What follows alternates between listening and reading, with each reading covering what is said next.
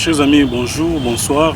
Ça dépend de l'heure à laquelle vous suivrez cette exhortation et cet audio. Nous vous saluons dans le nom de notre Seigneur Jésus-Christ. Et aujourd'hui, dans le cadre de notre plateforme Jésus-Christ te cherche, nous partageons l'exhortation sur le 14e numéro de notre traité, intitulé « Entre celui qui souhaite aller au ciel et celui qui a pris l'engagement d'aller au ciel qui fait mieux ». Nous disons d'abord que le ciel existe. Dieu a créé les cieux et la terre. Et dès le commencement, l'homme a péché. Un jour triste pour l'humanité. Mais dans son amour, Dieu a promis que le diable qui avait fait pécher l'homme serait écrasé par la postérité de la femme. C'est du Seigneur Jésus-Christ. C'est au Seigneur Jésus-Christ que Dieu faisait allusion. Et Jésus-Christ est venu dans ce monde pour détruire les péchés. Et lorsqu'il a parlé avec les apôtres, après qu'il ait fait sa mission, dans Jean chapitre 14, le verset 1er et suivant, le Seigneur Jésus leur a dit, il vous est avantageux que je m'en aille. Je m'en vais vous chercher une place, parce qu'il y a plusieurs demeures dans la maison de mon Père. Quand je m'en serai allé, je vous préparerai une place et ensuite je viendrai vous chercher. Et lorsqu'on lit les livres d'Apocalypse, le dernier verset, 22, je crois, 22e verset, le chapitre, pardon, la Bible dit qu'il y aura un nouveau ciel et une nouvelle terre, où il n'y aura ni deuil ni larmes, car les choses anciennes passeront et les autres choses seront nouvelles. Et nous sommes dans cette phase de transition. Même quand nous sommes chrétiens, que nous avons donné notre vie à Jésus-Christ, nous sommes dans cette phase de transition. Alors, lorsque nous partageons la parole avec certaines personnes, et que la question de savoir s'il est reposé, qu'il est reposé de savoir si elles sont sûres qu'ils iront au ciel, elles répondent qu'elles souhaitent aller au ciel. D'où la question. Entre celui qui souhaite aller au ciel et celui qui a pris l'engagement d'aller au ciel, qui fait mieux. Dieu nous a créés et nous a donné ce qu'on appelle les libres arbitres. Les libres arbitres est la capacité que Dieu a mis dans l'homme, différemment des animaux, qui permet à l'homme d'opérer un choix entre deux ou plusieurs possibilités. De choisir une chemise blanche au lieu d'une chemise bleue, de choisir le chemin de gauche au lieu du chemin de droite. Et la responsabilité de l'homme, et de tout homme d'ailleurs, c'est que Dieu l'a mis devant un choix, différemment de l'animal. L'homme et l'animal sont tous créatures de Dieu. Mais la différence fondamentale entre les deux, c'est que l'animal n'a pas été créé à l'image de Dieu. Mais l'homme, lui, a été créé à l'image de Dieu. Et Dieu met l'homme devant ses responsabilités. Et nous allons voir ici 3 passages bibliques essentiels qui nous montrent cette vérité. Premièrement, Genèse chapitre 2, verset 15 à 17.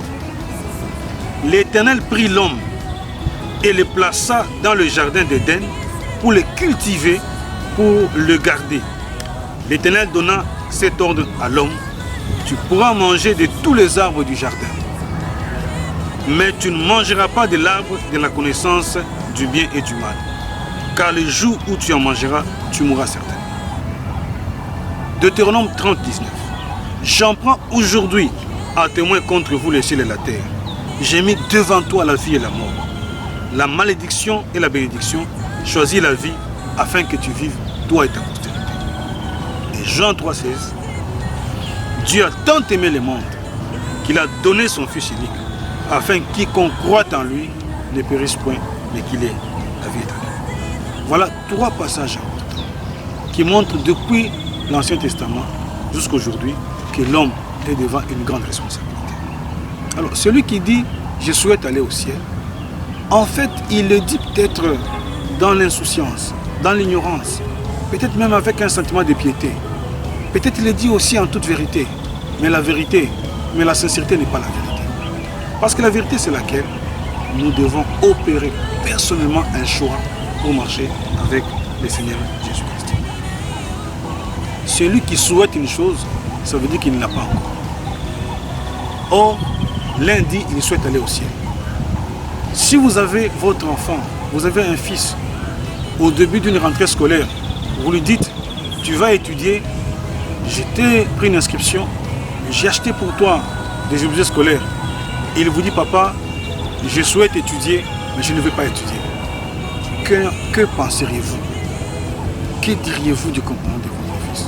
Donc Dieu nous appelle, non pas à souhaiter aller au ciel, mais à prendre l'engagement d'aller au ciel. Et prendre l'engagement d'aller au ciel. Comment alors prendre l'engagement d'aller au ciel? Aujourd'hui, Dieu a mis la vie éternelle en son Fils Jésus-Christ. Jésus-Christ a dit lui-même que personne ne pouvait aller chez Dieu, c'est-à-dire au ciel, sans passer par lui, Jésus-Christ. Je suis le chemin, la vérité et la vie. Nul ne vient au Père autrement que par moi. Choisir la vie, c'est donner à Jésus-Christ sa vie. Ne consistez pas à avoir de bonnes pensées sur Jésus, ou une bonne opinion sur Jésus-Christ, ou trouver que prier c'est une bonne chose. Mais c'est décider personnellement de lui donner sa vie, en refusant la vie du péché, en ayant l'assurance que si je marche avec Jésus, je vais aller au ciel. Et une prière qu'on peut vous proposer, si vous êtes d'accord de quitter les souhaits d'aller au ciel et de prendre l'engagement au ciel, d'aller au ciel, vous pouvez dire, Seigneur Dieu, merci parce que j'ai compris aujourd'hui qu'en mettant devant moi la vie et la mort, tu m'as recommandé non pas de souhaiter la vie, mais de choisir la vie. Et choisir, c'est donner ma vie à ton Fils Jésus-Christ.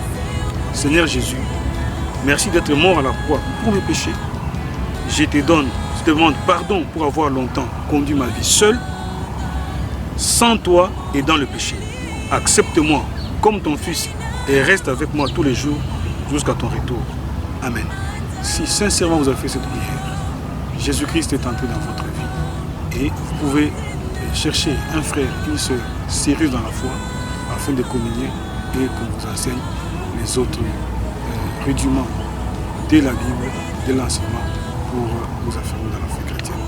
Que Dieu vous bénisse.